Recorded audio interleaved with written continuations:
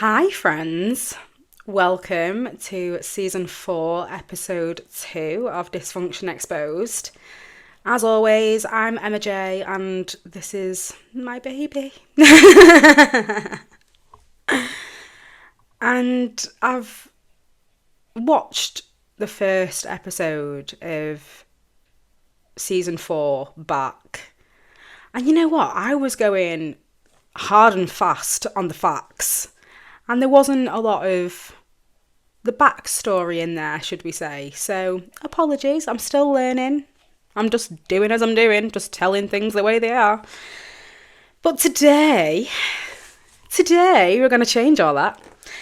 Because now I'm in college, your friendship groups change, everything evolves in ways.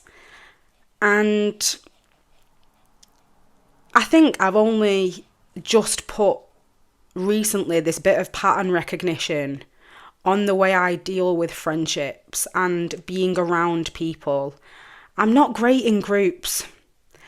And I've tried to convince myself over and over and over that that situation and that dynamic works for me. And it doesn't. I need to stop lying to myself. So the friendships that I formed when I was in college were with individuals who were in my different classes, or I'd just seen bobbing about with friends of friends, and obviously you're all going out, you're all going on student nights out, etc. So you're all kind of in the same places. But throughout that whole period of time, and this would have happened since I was a kid, again, awareness, I just wasn't aware of it. I've only ever been good with my friendships one-on-one. I find it very hard to really build connection and maintain it if it's more than that one-on-one connection. Because I think a lot of false belief and different mindsets will encourage trajectories within groups of people. And I knew if I was getting it one-on-one, it's true and it's authentic. That is that person. I know that person. And I made friends with a girl who was, I know she won't mind me saying this because she watches the podcast. She's an advocate for what I'm doing. She was the quietest girl. She was a wallflower, to say the least. And me and her just clicked straight away. And I think we both saw different characteristics in each other that we admired from the word go.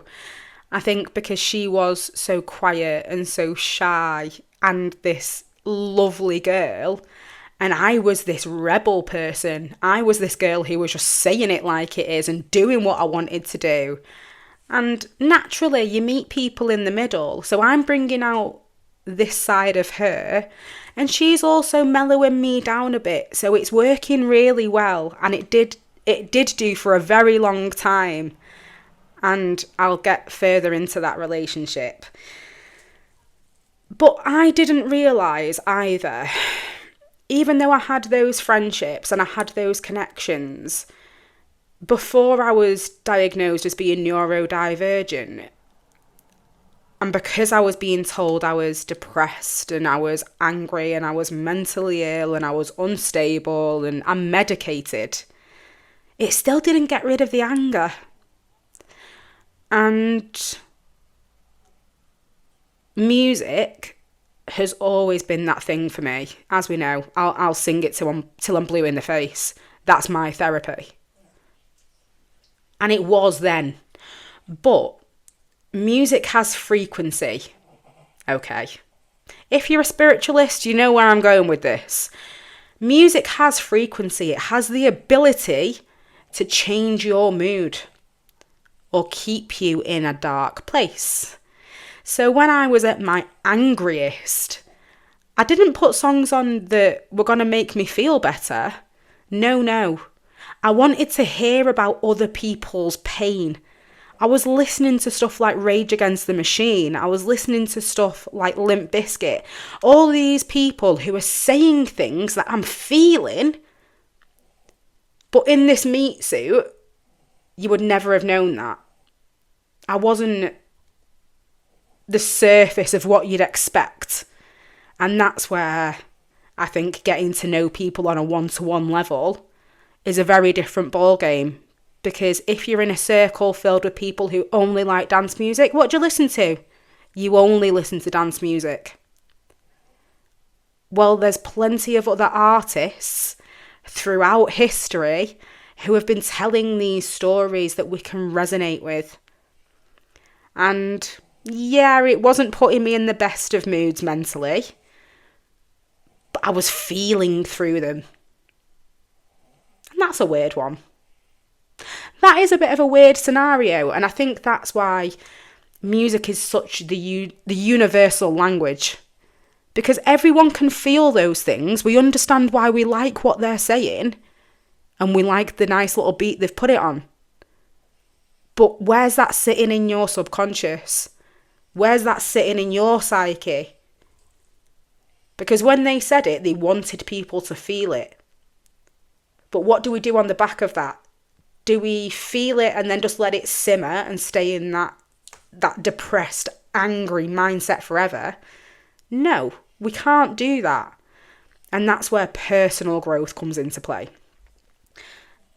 But again, that's one of the stories that is not for now, because the awareness didn't even exist then. We didn't even know that was a thing then. So, whilst I was getting to know all these amazing groups of people and just being the ultimate weirdo I was, I became friends with this individual, and we were attached at the hip for such a long time. Such a long time. And her and I, we would get into some chaotic shenanigans together.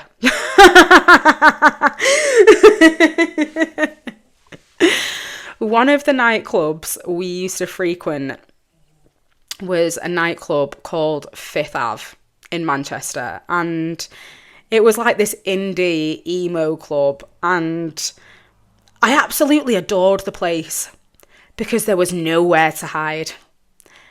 And I don't just mean that in a physical sense, I mean that in the sense of presence. I could be my authentic self in that place because that's where all the weirdos went. And it was obvious. If you listen to that type of music with a message and with a meaning, you've got depth. There's something about you because that hits and that resonates. So to have all those people in one building where everyone's vibing off that music and having a great time and just loving life and being stupid, I'm here for it. And that was my solace. And we would go there multiple times a week. That was the outlet. But what I didn't realise is how impulsive we were being at the time. Because we weren't very well off. But we still deserved to have some fun. We still deserved to have a social life. So what were we doing? We were taking the £30 that the government gave us every week to fund us getting to college and squirreling away little bits of that so we can go and drink £2 doubles all night on a Tuesday night. Because that was our release. That is what made us feel better. And on the nights where we couldn't really afford to be doing what we were doing, but we still needed that release, we'd go out with a tenner and we'd do this incredibly impulsive thing called minesweeping. And this is by far one of the fucking trampiest things I will ever admit to in my life. We did this thing called minesweeping. So essentially what we'd do is we would... You can hear my dog drinking his water, and that is very irritating to me right now because one take wonder. He's ruining it. Buster. Okay. I think he stops. I think we're good to go. So we did this thing called minesweeping, and like I said, I can't even believe I'm saying this or admitting this, but this is true. This is what happened. She can clarify and verify. So when we were skinned, we'd wait for people to put a drink down and we'd swipe it. Because we couldn't afford to do it. Why were we being deprived of the joy and the happiness that everyone else gets to experience because we were living on the poverty line? That didn't seem fair to me. So if I see little Miss Middle Class taking 3 sips of her drink, putting it down and forgetting about it, she's target. I was taking that drink. Because she can afford to just replace it. It's by the by. And it shouldn't have been like that. I'm not saying what I did was right, but that was my mindset. And I'm very fortunate, or should I say we are very fortunate, that we didn't end up in a lot of very compromising positions on the back of drinks being tampered with. Just that impulsiveness and that recklessness for our own health at that point is something to be thought about on a deeper level, because I can guarantee I'm not the only person who's done that back in the early years. And if I am, I will be very surprised. But alongside the recklessness, we know my dad wasn't in the country. And I'd just turned 17 in my first year of college. So the one lesson, or the one thing my dad really instilled in me, is you have to have your driving licence. You have to have it, because that is your independence, that's your freedom. That one bit of independence and freedom and everything that rides on that comes down to having transport. Okay. So he bought me a car for my 17th birthday before I'd even passed my test. Fucking foolish. And then decided to leave the keys with me while he went to a different country. What? You can't be that naive as a human being to be an adult and look at a teenager in that situation and not think they are not going to take that car out. And not to toot one's own horn here, because it's a bit backwards to go forwards, but I knew I'd never get caught because I was driving for the right reason. It wasn't because I wanted to get in my car and show off. It's because I wanted to get from A to B, and I actually fucking despised public transport. Like, even to a level now, I can't do it. It makes me uncomfortable. So uncomfortable. But that was the only outlet I had until I realised the grass was greener. And now I've got the resource sat on my doorstep and no one's there to tell me no. So I'm driving illegally. And I was doing this until I got my test. But it wasn't that I was going on mad ones to McDonald's at 2 o'clock in the morning. Because like I say, it wasn't for that. I drove myself to college. And then I drove myself home. I'd drive myself to the supermarket. And then I'd drive myself home. And it wasn't because I didn't know how to drive. I knew how to drive. I've been having the lessons and doing everything I needed to do, but I didn't yet have that piece of paper. But I knew all the rules. I knew that I had to have eyes in my arsehole and I had to be aware of everything. And being neurodivergent, that's second nature to me. So I know I'm not going to cause harm, naively thinking that, because it could have potentially happened and been a situation that wasn't necessarily inflicted by me, and that could have gone tits up. Again, reflection, hindsight is a wonderful thing. And I can't even believe that A, I did that, and B, I got away with it, because that's insanity. Like, there's so many lines of injustice and failure from so many different authorities and people that I was just making my own rules and doing whatever I wanted to do, regardless of the outcomes. And this is where the depression and that negative mindset was still always ticking away in the back, because I thought I was going to be dead by the time I was 25. I'm not going to live that long, so fuck it. Fast and loose. Let's just keep going, fast and loose. The repercussions don't matter. Anyway.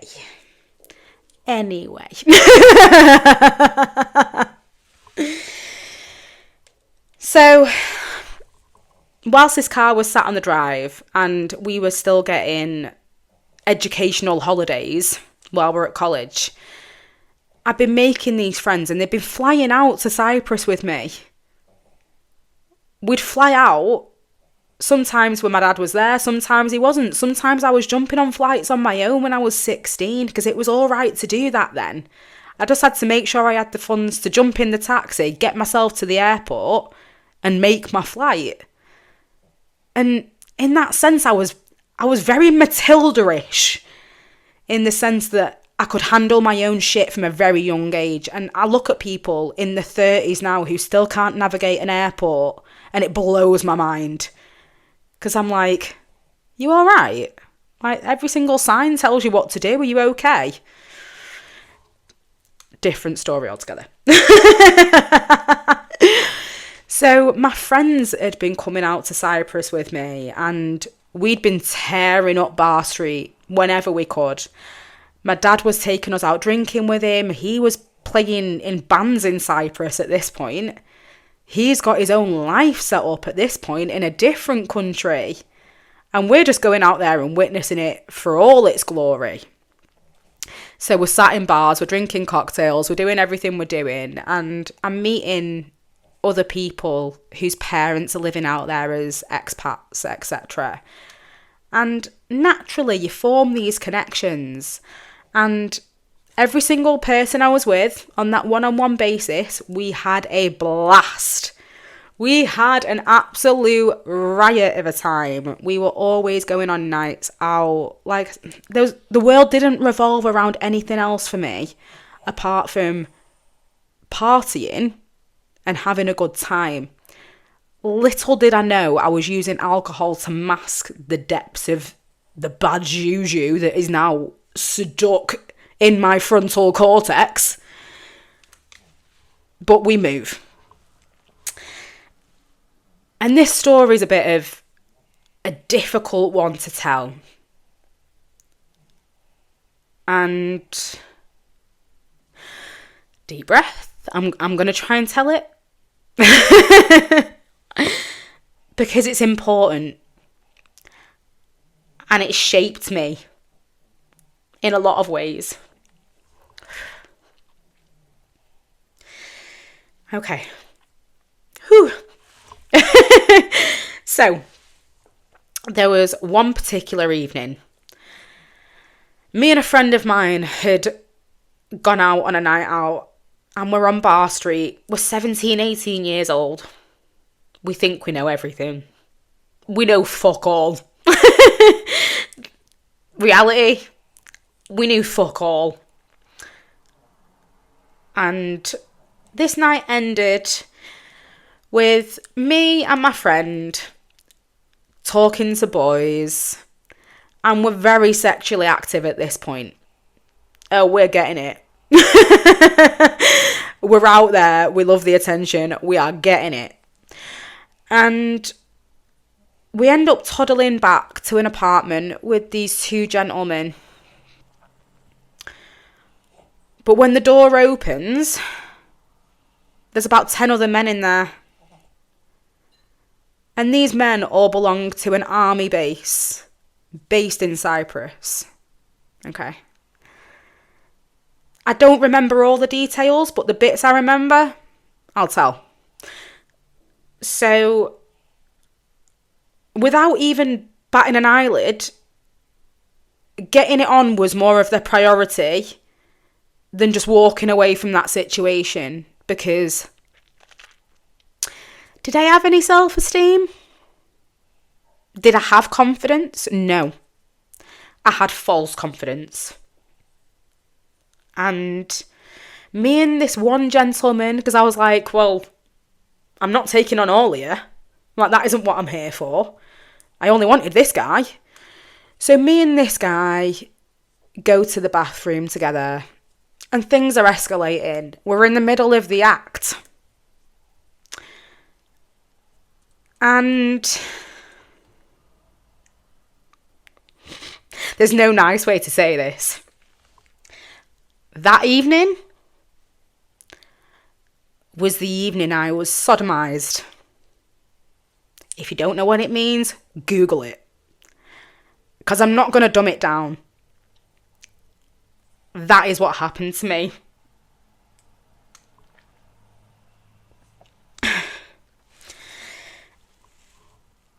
And I'm getting so emotional talking about it. Because it wasn't until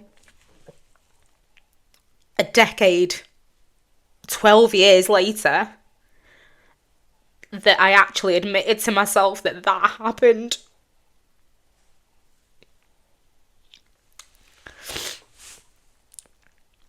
And that should never have happened. But because we were out and we were doing what we're supposed to be doing, and just being girls, I blamed myself for over a decade for even being in that situation. How fundamentally wrong was I? And I know this sounds graphic, and it's not a nice thing to say.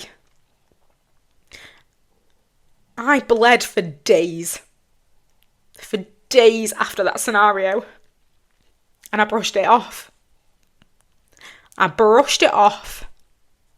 Like a cucaracha, like a cucaracha.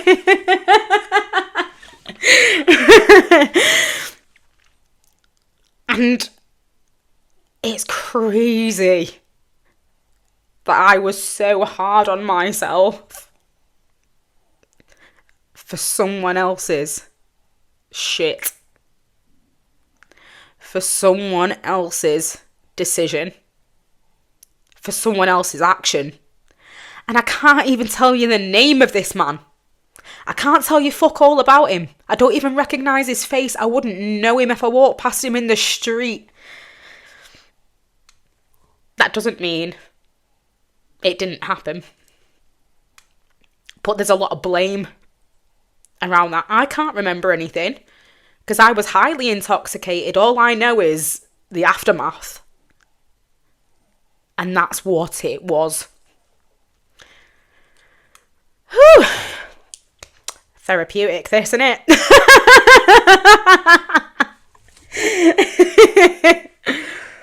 But there was only that one friend with me who witnessed that whole scenario. And she never batted an eyelid either. We never had that conversation. Ever. That night was forced to the background. And I think it's so important. Not for a therapist, not for someone with a piece of paper who's got all the experience in the world. Well, no, you haven't, because has this ever happened to you? Are you openly talking about yourself? No. So don't tell me, Mr. Qualified, that you can do anything about these scenarios and actually help people who have experienced them. Because you can't. People can only relate to people who have been through what they have experienced. And if we're not seeing people like that, what's the point? What is the point? But that's what I'm going to leave you sat on. Because I like to do that. That's all I've got for you. for season 4, episode 2. But keep listening. Episode 3 is next.